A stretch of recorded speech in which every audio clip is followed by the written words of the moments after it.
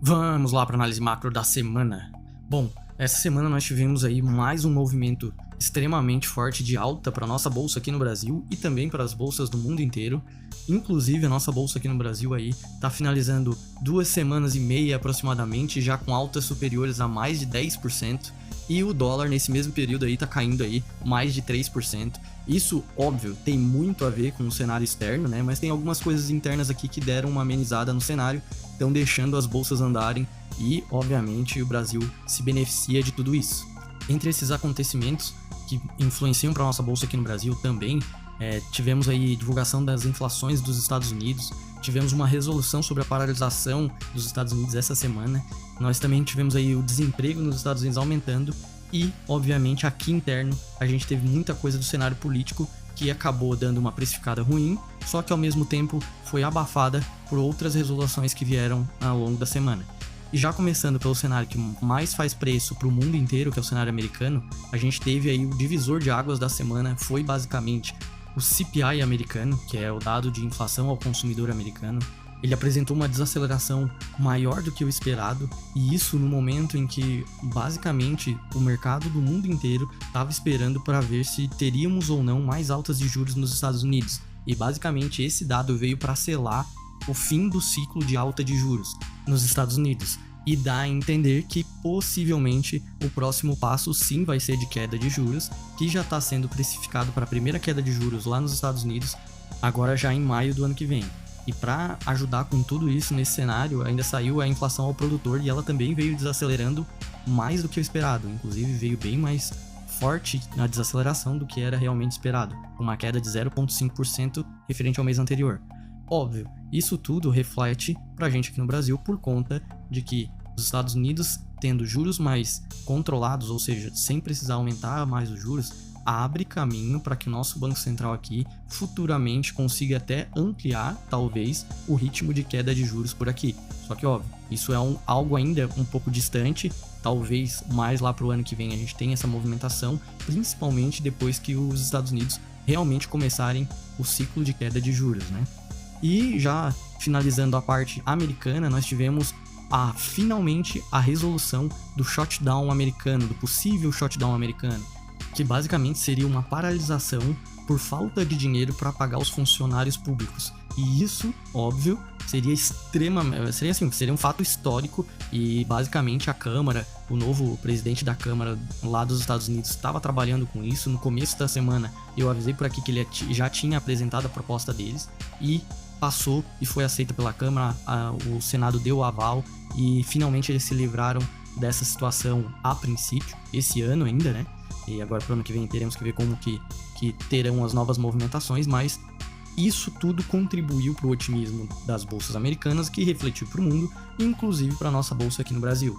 E já falando do cenário brasileiro, aqui a gente começou com um cenário não tão bom no começo da semana ali, depois principalmente que na parte política a ala mais extremista do PT tinha apresentado um projeto para ter um déficit de 1%, né, substituir o déficit zero na meta para 1%, isso, óbvio, seria extremamente ruim, falando na questão do mercado, e o mercado precificaria se não fosse uma fala da parte extremista de esquerda que não foi levada tanto a sério porque não teve apoio do Lula nessa situação. E já falando do Lula e como ele influenciou nessa semana também, ele acabou influenciando positivamente quando ele não alterou a meta de déficit zero. Basicamente foi isso. Eles tinham aí um prazo até dia 16 agora, que no caso foi ontem, para se o governo quisesse entrar com uma medida para alterar a meta de déficit do ano que vem. E não foi alterado. Só esse fato já deixou aí mais livre, mais tranquilo os mercados para que eles continuassem em período de alta, que foi em maior parte influenciado sim pelo dado benéfico de inflação caindo nos Estados Unidos. Tanto é que aconteceu um fato bem raro aqui no Brasil, que no momento que saiu o dado da inflação americana lá, as bolsas dispararam para cima no mundo inteiro e a nossa, ela andou tão rápido e em um curto período de tempo que ela chegou a entrar em leilão. Leilão, para quem não conhece, é basicamente quando acontece uma compra exagerada ou uma venda exagerada de um ativo, por exemplo, em um curto período de tempo e andando várias casas, para ser mais fácil de entender, andando um percentual grande. Ou seja, se movimentou aí 1% para cima em poucos segundos.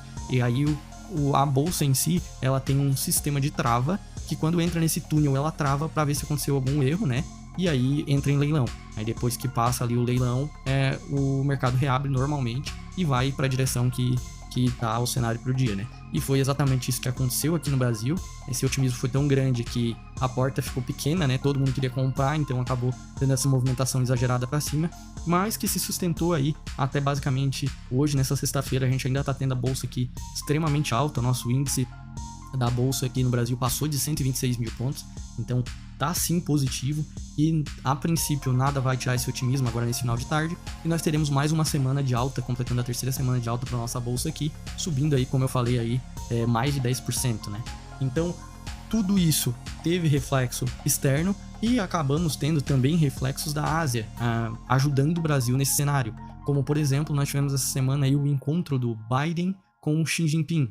Os dois se encontraram lá na Califórnia, lembrando que o encontro deles sempre é positivo por conta das tensões geopolíticas. Então, se os dois estão se encontrando, passa-se a imagem que esses conflitos tendem a diminuir, né? Mas, óbvio, no encontro não teve nada demais, eles não falaram nada de muito relevante.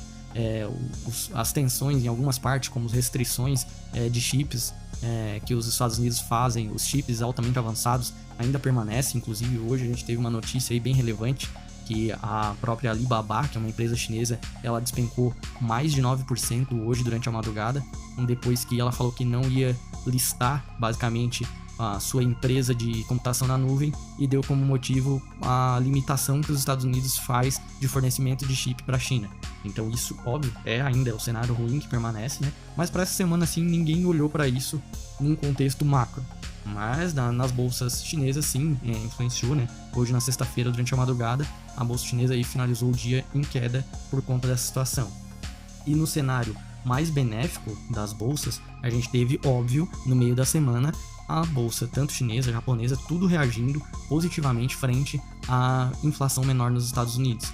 E, óbvio, também por incentivos do governo chinês, que anunciou mais 200 bilhões de incentivo para o sistema bancário, e também as vendas no varejo e produção industrial da China vieram maiores do que o esperado.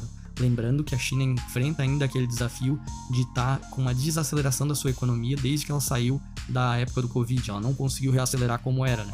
E isso tudo, cada incentivo desse reflete na bolsa da China, o que acaba refletindo para a nossa bolsa aqui no Brasil por conta da grande ligação que nós temos de fornecimento de commodities e assim por diante para a China. Inclusive, uma das ações que mais se beneficia do cenário chinês, com toda certeza, é a Vale, que fornece minério de ferro para eles.